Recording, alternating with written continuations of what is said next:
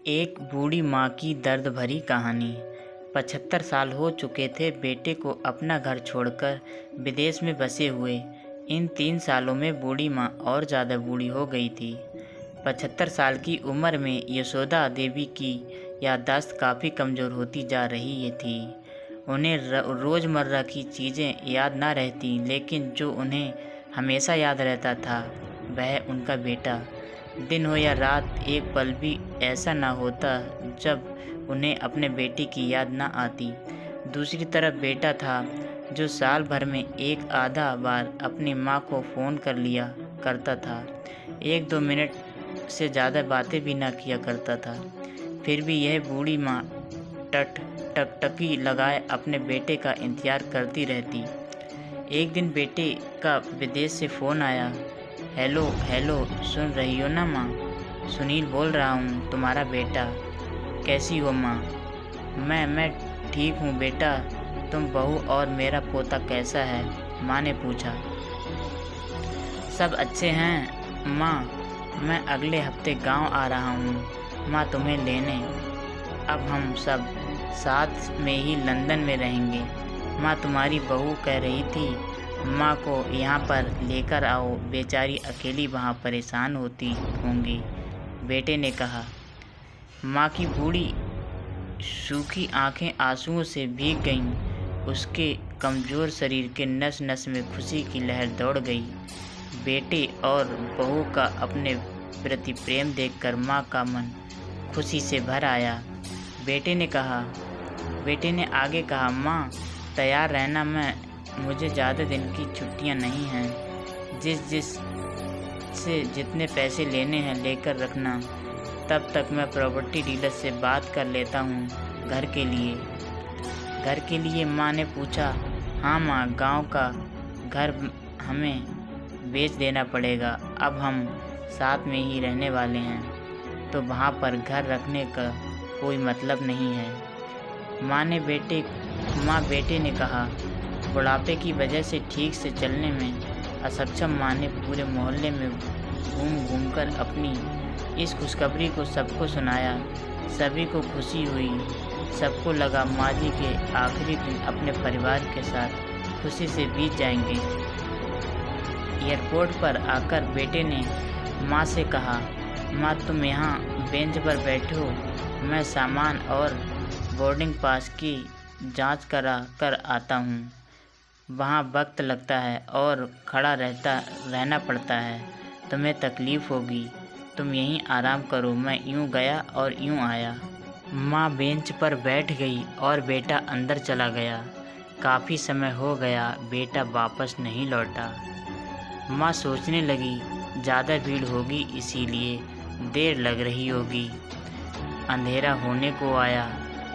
अब तो लोगों की चहलकदमी भी कम होने लगी।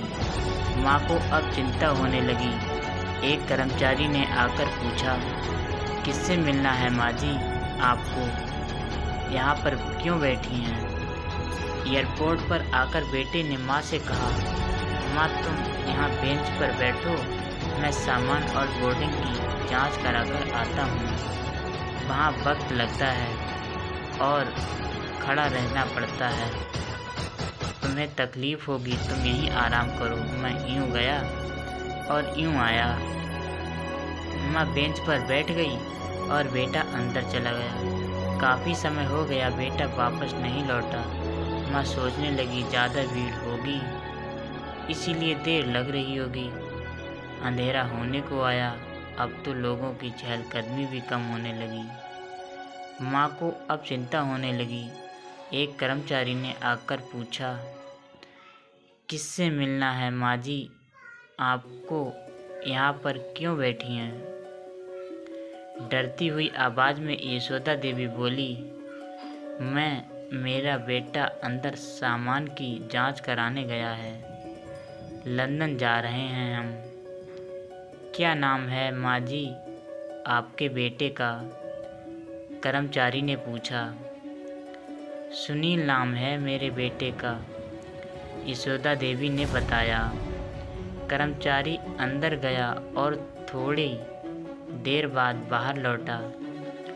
उसने यशोदा देवी से कहा, माँ जी, लंदन जाने वाली फ़्लाइट तो दोपहर में ही जा चुकी है और आपका बेटा भी उस फ्लाइट में बैठकर लंदन जा चुका है। अब आपके यहाँ बैठने का कोई मतलब नहीं है। आप भी अपने घर चली जाइए। क्या जा चुका है और मैं घर जाऊँ? क्या जा चुका है और मैं घर जाऊँ? घर। माँ की आंखों में आंसुओं के सैलाब उठने लगे। जैसे तैसे माँ घर पहुँची, जो अब उसका था ही नहीं, बिक चुका था। वो वहीं बरामदे में तुलसी के पास सो गई।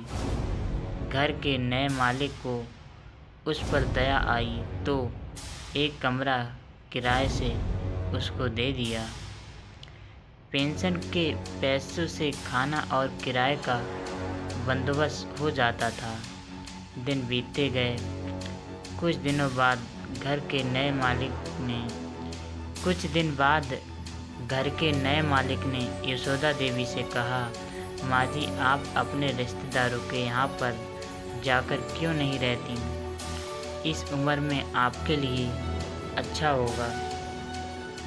अच्छा तो होगा, लेकिन अगर मेरा बेटा वापस आया तो उसका ख्याल कौन रखेगा? अच्छा तो होगा, लेकिन अगर मेरा बेटा वापस आया तो उसका ख्याल कौन रखेगा? मेरा बेटा बहुत भोला है, उसे अपना ख्याल रखना बिल्कुल नहीं आता है। कहीं नहीं जाऊंगी, क्या पता कब उसे मेरी ज़रूरत पड़ जाए। माँ ने कहा। दोस्तों, सच बता रहा हूँ, माँ की ऐसी बातें सुनकर मेरी आंखों में आंसू आ गए। किसी ने सच ही कहा है, पूत कपूत हो सकता है, लेकिन माता कभी कुमाता नहीं होती। दोस्तों, आप सभी से हाथ जोड़कर विनती करता हूँ, अपने माता पिता की जितनी हो सके सेवा करना, उनके साथ कभी बुरा बर्ताव मत करना, क्योंकि दोस्तों माता पिता भगवान के समान होते हैं। दोस्तों, ऐसे ही इंटरेस्टिंग वीडियो देखने के लिए चैनल को ज़रूर सब्सक्राइब करें। जय हिंद, वंदे मातरम।